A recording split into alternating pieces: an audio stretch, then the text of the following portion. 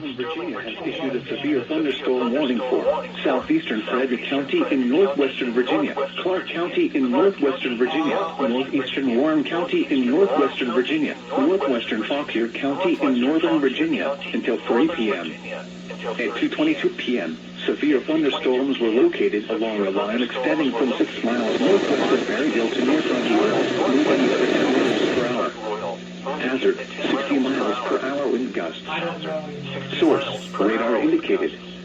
Impact, damaging winds will cause some trees and large branches to fall. This could injure those outdoors, as well as damage homes and vehicles. Roadways may become blocked by downed trees. Localized power outages are possible. Unsecured light objects may become projectiles.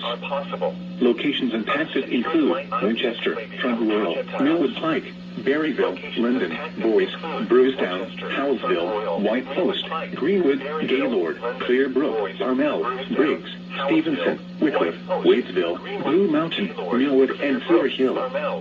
For your protection, move to an interior room on the lowest floor of a building. Millwood and Cedar Hill.